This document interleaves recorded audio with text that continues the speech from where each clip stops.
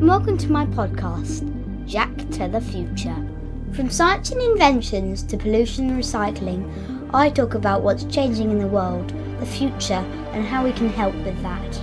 Every month I'll talk about a different future theme. For example, the future of science, tech, sustainability, reading, music, and all sorts of other ones. The future of everything. Did you know? You can find me on Facebook and Instagram as Jed to the Future and on YouTube as Jack to the Future. Follow me to get behind the scenes info, access to the previews about my next episodes, and much, much more. Hello everyone, and Happy New Year. We can still say that right, even though it's the end of January. Thank you for your patience waiting for this episode. Like a lot of you, we've all been poorly for what seems like a long time now. But anyway, I'm back, and today's episode is about the future of evolution. I talked to scientist Julien Delpierre, who works for the Max Planck Institute all the way in Germany, about the possibilities of future evolution. This episode is mainly about humans, but there is a little overlap later on with other species when we talk about natural selection. If you're a child listening, I understand some of the words I'm using sound long and complicated, but do not fear, I'll explain it all. Before I get started, just to say that if you'd like to listen to this episode with subtitles, head over to my YouTube channel and search or use the handle @Jack to the Future Podcast. So, where did this all start, Jack? So first up, we're going back in time. Ideas about how animals or plants change or evolve over time date back to the 500s BC. A Greek philosopher called Anaximander noticed that human babies can't do anything for themselves when they're born. He thought that humans might have just come from some other type of creature whose babies could survive without any help. Because fish hatch from eggs and immediately begin living with no help from their parents, he thought that all living things came from the sea, that fish were our ancestors basically. He was right, you know, but his idea couldn't be proved right or wrong, so it wasn't classed technically as a scientific theory. There was not a scientific theory of evolution until Charles Darwin published his famous book on the origin of species. Darwin and another scientist, Alfred Russel Wallace, proposed that evolution occurs because of a phenomenon called natural selection. Julien will talk about this later on. Fun fact for you, Alfred Russel Wallace went to Hertford Boys Grammar School, which is now Richard Hale Secondary School in my town. What is DNA, Jack? DNA is a molecule found in the nuclei or the middle of cells. What's a cell? Well, a cell is the smallest basic unit of life. DNA is the material that carries all the information about how a living thing will look and work. For example, DNA in humans decide things like what the colour of the eyes are and how the lungs work. Each piece of information is carried on a different section of DNA. These sections are called genes. And what is a gene then? Like the Lego bricks of all organisms. You build them up and you make a living thing. DNA is cool because it can copy itself over and over again. Its shape, called the double helix, helps it to do this really well. It looks like a twisted ladder. But what's inside of DNA? There are 4 different chemicals called bases in DNA. Adenine, thymine, guanine, and cytosine. These 4 chemicals are repeated in different orders over and over again in each strand of DNA. The order is important as it forms a code that tells cells to make certain kinds of proteins. Why do we need proteins? Cells need proteins to live. The differences in these proteins is what makes living things different from each other. It's unique to us as individuals. When DNA works correctly, it helps keep your body working properly. It also allows living things to reproduce and have babies. Sometimes there are mistakes in DNA. These mistakes are called mutations and they can cause diseases and other problems. Wow, it's really clever, isn't it? And to think that all of that is going on inside us and we don't even know. Anyway, it's time to see what Julien and I think about the future of evolution. What do you think the possibilities could be? I'd like to welcome my special guest today, Julien Delpierre.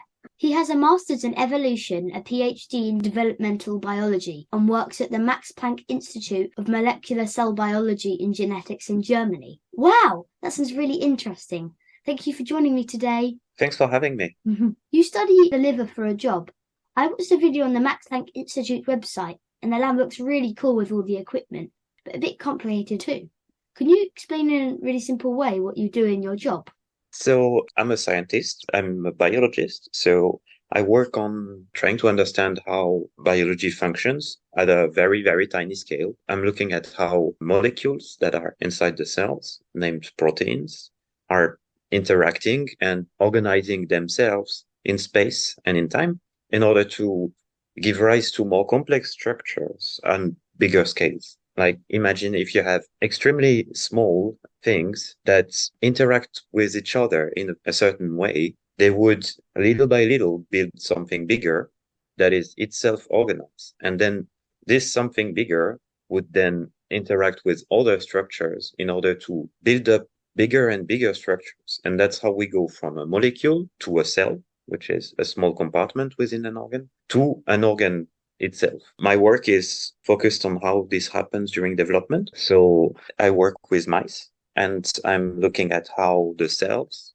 in the mouse embryo are working together in order to build the liver. Was it clear?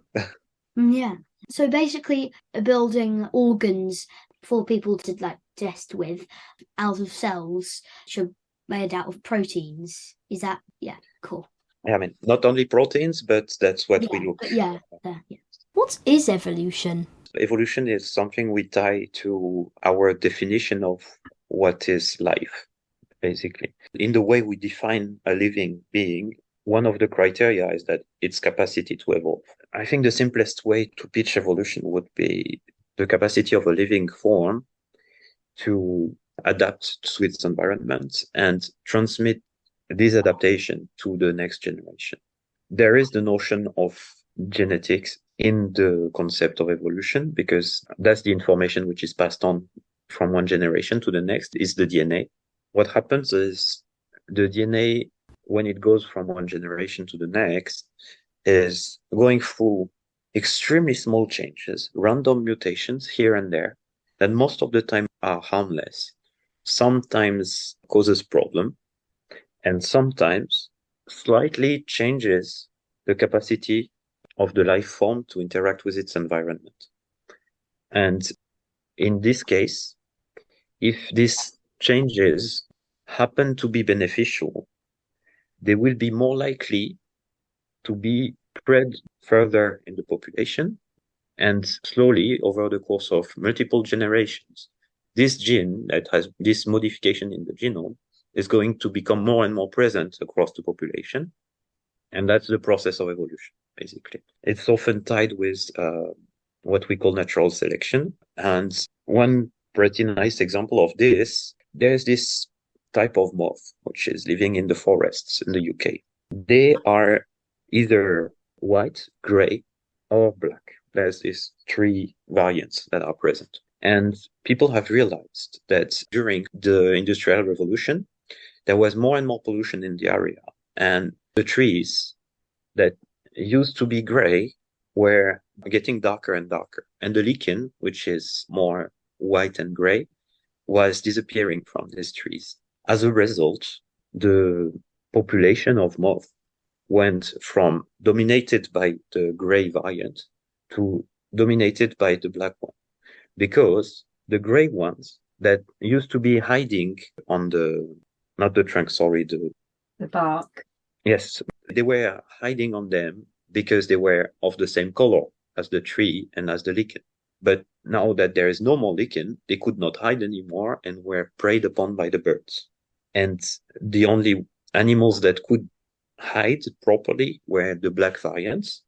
And over the course of only a few generations, the entire population was of the black color and no longer the gray color because the color of the tree have changed. That's really interesting. So that's literally observing the evolution working in context. The individual have not modified during their life their color. It's just the one that happened to be of the color matching the tree survived better. And that's very important to make the distinction because when we think about evolution, it's very tempting to think that it's an individual that is changing during his lifetime. That's not how it works. It's the individual that happens to have these characteristics that survive better. Yeah, I see. Researchers found that men's brains are actually getting smaller. Do you think brains will become smaller and still have the same intelligence in the future? It's a complicated one. First of all, what do we mean by getting smaller? It's important with this kind of affirmation to look at the time scales, right? If I got the reference proper, I believe that the work that you are referring to shows that there is indeed a reduction in the size of the cranium over thousands of years, right? So if you think about it, that means these humans that had a bigger skull were living 10,000 years earlier. And you can argue that nowadays we are as intelligent, if not smarter, than we were 10,000 years ago. So that's to show that basically the intelligence is correlated with the size of the cranium, but not so precisely. A smaller cranium does not directly mean that the animal or the person is not as smart. So if you take, for instance, the cranium of a mouse, which is extremely small, compared to the cranium of a human, yes, you can say that there is a correlation with the intelligence, but not for small variations. And importantly, we think that the intelligence also comes from the connection within the brain and the folding. You know, the brain is folded, like there is convolution at the surface, and this increases the surface for a given volume. So that means that there is more neurons and they are more packed and they interact more. And therefore, you may not need that much of a volume in order to produce the same capacity. So you still probably will have the same intelligence, even if your brain gets smaller in size. It's like we used to have really big machines to like decode things, like the Enigma code, but now we could put that into a phone, which is much smaller.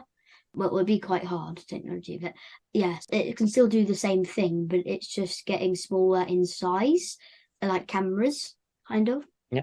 Hair is nowhere near as important as it used to be for survival because we have houses and central heating now, and the planet is sadly getting hotter. Do you think we will lose more hair in the future? That's definitely a possibility. I mean, we already lost a lot of our body hair over the course of evolution.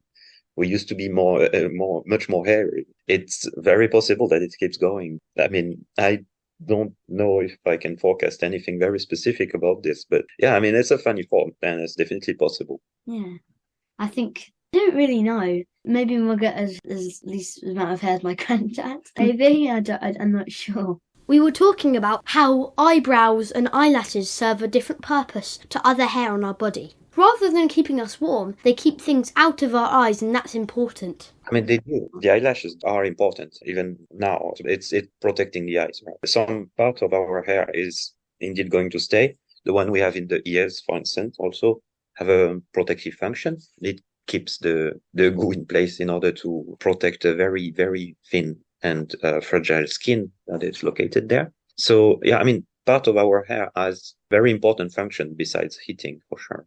And this one is probably going to stay. But, I mean, the one we have on top of our head, if you think about it, is not so critical. Yeah, we were thinking about that one. I've done an episode recently on the future of photography, and I talked about how in the future you could be equipped with artificial eyes with camera functions. So, for example, when you blink, you take a photo. Do you think this could be possible? I know people have very mixed feelings about these kind of things. Like overall modifying our bodies is always a very sensitive topic for some people. Purely theoretically, it will be possible someday, most likely. Right now, I believe there are some projects mostly directed to restore vision in people that are either born or that developed blindness over the time. And so the way it works is the eyes actually are a good target for this kind of things because oftentimes the limiting factor for this kind of prosthesis is the way we connect it to the body. And the thing is the nerves, the long cells that are transmitting information, either visual for the eyes or to impulse the motion of a limb, these neurons, they cannot regenerate. Once they are broken, they are gone and we don't know how to fix them. However, in some cases, with the example of the blind people, there might be still the optical nerve, which is running from the eye to the brain, might still be there. And in these cases, I know that there is work in progress in order to connect this nerve to a machine that would send signal directly to the nerve in order to project an image into the brain of people. Mm-hmm. For the moment, the results are impressive because just the simple fact that we can do that is amazing. But also it's to be taken with a word of caution because for the moment we can only transmit a very limited amount of information. So we don't manage to project a complete picture fully at full resolution. It's more like shades of black and white. And we think it's very pixelated. So, I mean, there's work in order to develop this kind of things. And if it's not controversial when, for instance, you are trying to restore a body function that is not working in some people, the example you're taking, the camera in the eye kind of thing, is a bit more complicated, right? Because in this case, you're talking about replacing a body part that is perfectly functional. Mm-hmm. And that's not necessarily very ethical. Yeah, I agree with you. I mean, it does sound very cool, but it's not necessary. Whereas using that kind of technology to help people who have damaged part of their body or can't use it for whatever reason sounds much more like worthwhile, I guess. I mean, it's a matter for discussion in the sense that if something goes wrong, you've been messing things up big time. But yeah, there is possibilities that are very exciting. I mean, you might have also heard about this Neuralink project in the US. Yeah, I've heard of that. We talked about that a few episodes ago. Yeah. Oh, did you? So the Neuralink project aims at miniaturizing electrodes that are implanted in the brain with the goal to essentially connect the brain to a machine in order to, they claim, send and receive signal from a computer. However, as I was saying, one needs to be a little bit careful with this type of approaches in the sense that what this technology is very good at doing is reading signals, telling whether if there is electricity passing through the brain in this specific region where you put the electrode. That enables some control and learning. So in a way, you can say, okay, if I think about moving my arm, then the computer will be able to read it and it will display something on the screen. That's what I call reading. The electrode is reading what's happening in the brain. However, the sales pitch from Neuralink is also talking about writing, meaning sending signal to the brain. And this, to my knowledge, is not possible at the moment and far from it because the human brain is distributed. Not all the functions are happening in the same place, right? So in a way, if you want to control a computer, regardless of where you place your electrode, you can, as a human, learn to associate a movement with the control that you do. For instance, whether if it's implanted where the brain controls the legs, you can think about moving your leg to control the computer. If it's implanted where you control the hand's motion, then you can think about moving your hand to control the computer. However, if the electrode is implanted where the hand is, the signal from the computer to the brain will only be able to affect the function of the hand. It's extremely unlikely that using implants localized into one region is going to unlock the complete brain-computer interface. So it would be limited to just that area where the electrode was? Yeah, most of the research and what's limiting us on this with this regard is how to interface the machine with the body. Like how it can work together? Yeah. So in the case of the nerves, we can send signals.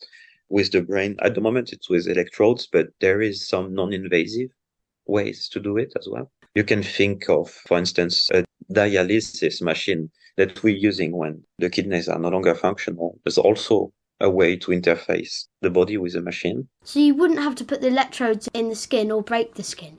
I wonder how they would do that. Yeah, I mean, these are important questions for health. And yeah, it's an intense area of research with very exciting possibilities. Mm-hmm.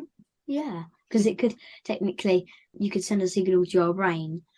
You want to do some calculation. Somebody could say it to you, put it on the machine, and then it would send you a signal to your brain. So you could calculate it really fast and say it quickly. That would be quite advanced. Like boosting your capacities. Yeah. Mm. Like a walking calculator. But I guess there's no real medical need for that. That might be a different exactly. Yeah. And it's a completely different question. Right? You cannot ignore the implementation as well. Say if you have something so fantastic that it would, like, as you say, greatly improve the capacities of our brain, it's very likely that this technology is going to be extremely expensive and only accessible to very few people. So the amount of inequalities that you would generate by, providing this technology to the world and implementing it not through a healthcare system, but as a product that people would buy. That's honestly, personally, I find it a little bit scary. Yeah, that would be a bit scary. Wouldn't be able to afford it, that's for sure. Buying intelligence, it does sound a bit weird. But imagine like for someone who had a functional brain, but maybe it was paralysed, it could be helpful if the Neuralink could read their mind and talk for them. Exactly. Maybe in the future we could alter a baby's genes before they're born so that we could get rid of diseases altogether. Could you explain what genes are to my listeners and how this idea might work? Okay, so genes are small parts of our DNA. The genes are a small piece of DNA that are located in the nucleus of the cell. It is from this DNA and from this region, so these genes, that we can produce the proteins that we were discussing at the beginning. Essentially, the DNA is like a sequence that encodes the composition of the proteins. It does many more things, but for the moment, let's focus on this. The composition of the protein will determine whether if the protein can work or not. Essentially, there is some diseases that are caused by changes in the DNA that in turn leads to the formation of modified proteins that are no longer functional.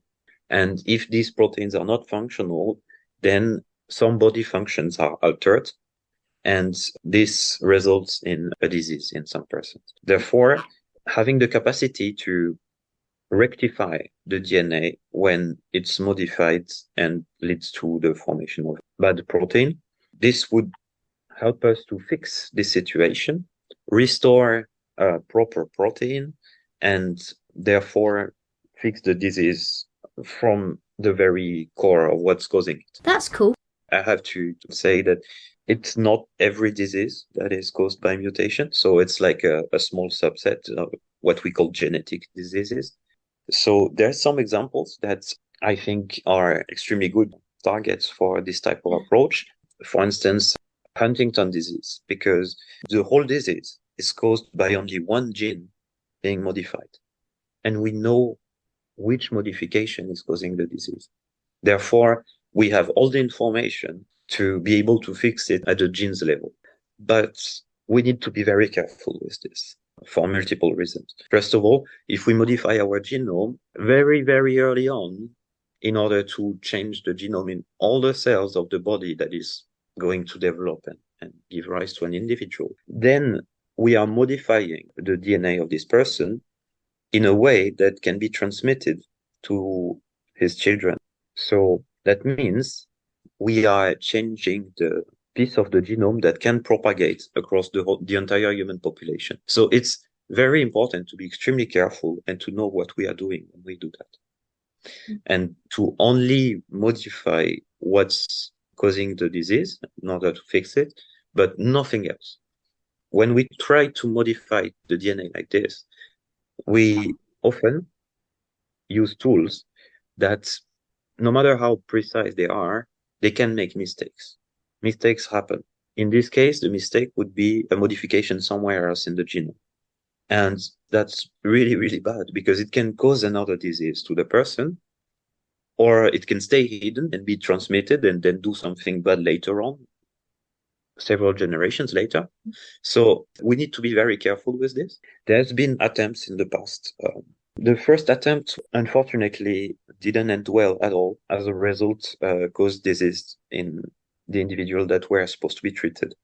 And that has been a huge blowback on the community. People realize how wrong things can go in this kind of situation. And therefore, the whole field took a step back and started to think more carefully about the tools that we have, what we can do with them, and act with more responsibility. Nowadays, there is a resurgence of this topic because we have new tools that have been produced. CRISPR-Cas, I guess that's what you're thinking of. That's very well known in the public. I know most of the people explain CRISPR by saying that it's like scissors that cut the DNA, but it's more than that. The critical thing that we need to be the most careful about, making sure that whatever we do is at the right place in the genome. And CRISPR has the capacity to target very precisely. Again, sometimes it makes mistakes, but it's much more precise than anything we had before. Now, the typical use of CRISPR is indeed to make small cuts in the DNA in order to replace a region, to change the sequence locally by making a cut. We remove one piece and put another one instead. Actually, being able to target precisely sequences also enables modifications that are not in the sequence, this time not by cutting the DNA, which means that we can turn some genes on and off without modifying them. And this can solve other problems, like a gene being expressed where it should not, or being expressed too much. Modifying what's around the DNA locally in order to turn the genes on and off. It's indeed a very powerful tool that brought back the hope of being able to cure genetic diseases. And to my knowledge, there's no trials that are performed at the moment, because again, modifying the genome of humans means that this can be transmitted, and this is something we need to be extremely careful of. But it would help tremendously some people. It's also very exciting. The potential is huge. Yeah, that would be really cool. It could affect the way they look and the way they feel, because you don't know what's going to happen first try. That's true. Nothing bad might happen and you won't do it again, but next time you do it, it could end up really well. Yes, definitely. But what's more likely to happen first is modification done in a fully grown adult. It is coming with a different set of challenges. Before becoming an embryo and then a baby and everything, we start with one cell. And this cell divides a lot. And when it's that early, when there is only a couple of cells, it's easier to access the DNA and make modifications. In a fully grown adult, where the cells do not really divide anymore, they are fixed, it's much harder to actually access the DNA and modify it. Also, it's important to note that if we use CRISPR-based therapies, either in the adults or infants, anyway, later in life, it's possible to make it targeted in a way that it will only affect a subset of cells, and therefore it's not going to be transmissible to the progeny. And in this way, we might be able to avoid many limitations and fears that comes with gene editing on the embryo. So it does have some applications that could improve the quality of life of people. It most certainly is not going to completely cure diseases, but it's a first step. So. Interesting and a bit scary as well. Thank you so much for joining me today, Julien. And I think my favourite part is definitely talking about altering babies' genes. I like that bit. Thanks a lot. It was a pleasure to answer this question. It was very interesting. Thanks a lot for having me. You're welcome. Okay, bye. Bye-bye. That's all we've got time for this month. I've really enjoyed learning about our bodies and the possibilities of the future. Mum will put a link to Julien's contact details and the Max Planck Institute in the podcast description, as well as some links to some videos and articles. Julien's made me think about the sort of practical reality of some of these crazy futuristic ideas. Although they sound cool, is it really what we need? Some ideas could actually be quite dangerous, and I feel like we're kind of becoming guinea pigs or just buying a product as if it were the latest gadget to try out, when in fact it could have really awful effects on our body. Where this research might be helpful is to help people with medical problems. I guess evolution really depends on what happens to our planet and where we live. Let's be honest, we don't know what will happen, but the variety and differences in people's DNA is apparently increasing, so it's unlikely it will look the same in a million years. As long as I can keep the hair on my head and I'm healthy, I think I'll be happy. What do you think the future of evolution holds? Join me next time for another exciting episode of Jack to the Future.